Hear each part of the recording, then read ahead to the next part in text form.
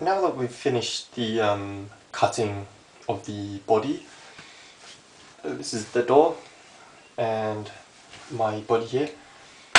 The next job is to mount the spacer onto the frame here, and as you can see I've placed it here. I've actually epoxied this down already, but you can attach it any way you want. You can use screws, anything you want, but if you use screws you want to make sure that the screw head doesn't actually go out the other side, because it may interfere with the bellows attaching.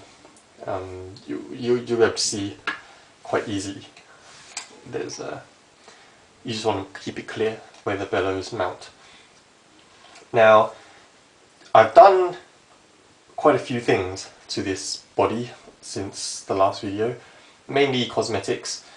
As you can see, it's actually sprayed kind of black, grey. The main body I've decided to spray a graphite grey. It's some super special metal spray, I don't know what it is, but I decided to use that. Inside here I've sprayed it, it was supposed to be a matte black lacquer, except it turned out sort of satin. Doesn't really matter, because this has no kind of interference with the actual sort of light chamber, as it were. These edges here of your spacer, they will need to be painted flat black. I'll do that after the epoxy and stuff has dried, and I'll show you in a later video.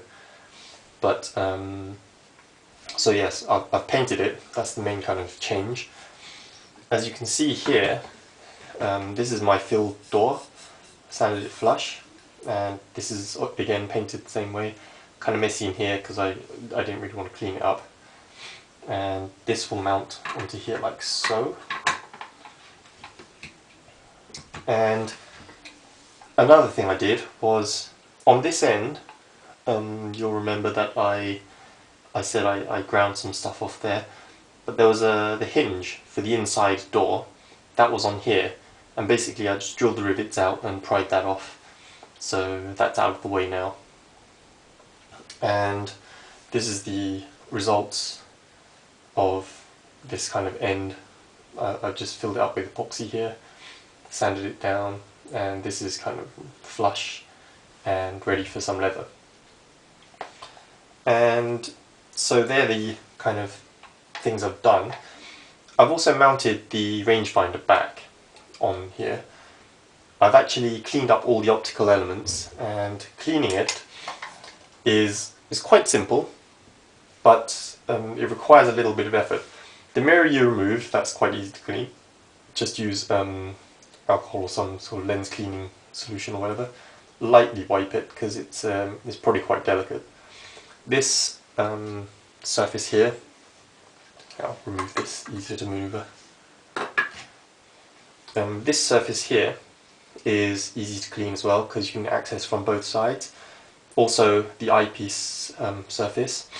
You can only access the eyepiece from one end unless you move the half mirror here, the beam splitter. To remove the beam splitter, there's two catches. One is this spring-loaded end here, and another is this frame at the front. You have to pull it out this way, and you have to do them both at the same time. Now, it's kind of tricky to do with one hand and remove the mirror at the same time. So what I did was, I set my camera down, and I actually tied a piece of string to this inner frame, and I made a loop so that I could pull it with my thumb. And with that pulled with my thumb, I could pull that with my thumb to release this end, and pull this here, like so, and remove this catch. So both these pulled out will release this beam splitter, and all I did was use my other hand and carefully extract it out. Now you want to be careful with the beam splitter, because obviously you don't want to scratch it, and it's quite delicate. So yeah, once you removed it, I basically got some alcohol and some tissues, and just lightly wiped it, and then I replaced it. But before you replace it, there's another surface inside, which is here. This, I'm not sure how much of this surface you can actually see from the finder, so I'm not sure if you have to clean all of it, but I cleaned all of it anyway. I just use a cotton swab, and from this end you can clean one surface, and through the hole in the top here you can clean the other side. And there's also a small little kind of piece of glass or something in there, and again it was a cotton swab, and I just kind of lightly swabbed that. And after I've done all that cleaning, I replaced the beam splitter, basically doing the same thing, so pulling it with my thumb and my finger, releasing it and sliding it in, and then releasing. And so this is the state of it now. And obviously you can see it's mounted, so there's the 3 screws I put back in, and the big screw here, put that in, the post nut, the mirror nut, mirror post, that was just a nut tied up. And you can replace the springs. It's just a reverse kind of reverse order of how you removed it.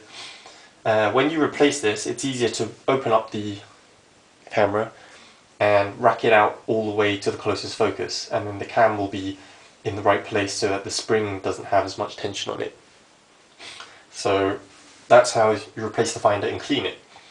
We'll get down to tuning it in a later video, so we'll leave that for now. But anyway, the main kind of thing for this video was to show you how to kind of place the spacer. I've actually glued this on already, and if you remember the earlier video, I said to center the spacer and to center this back on the spacer and then cut your door. Now I said it didn't have to be perfect, and this is why. It's because if you cut your door and it's slightly too short or too long, you can adjust your spacer and your back just to fit it, as long as it's not too much, and basically you'll just end up with a bit of shift in your back, which is probably going to be, you know, 1 millimeter, 2 millimeters, if you're careful cutting. I got this pretty good, it seems, and so it's okay. It doesn't have to be, you know, fully tight in here, because to open this Polaroid anyway, you have to swing this open, otherwise this will get stuck. So yeah, it's for cosmetics mainly. So after you've done that, you can just epoxy it down. Now,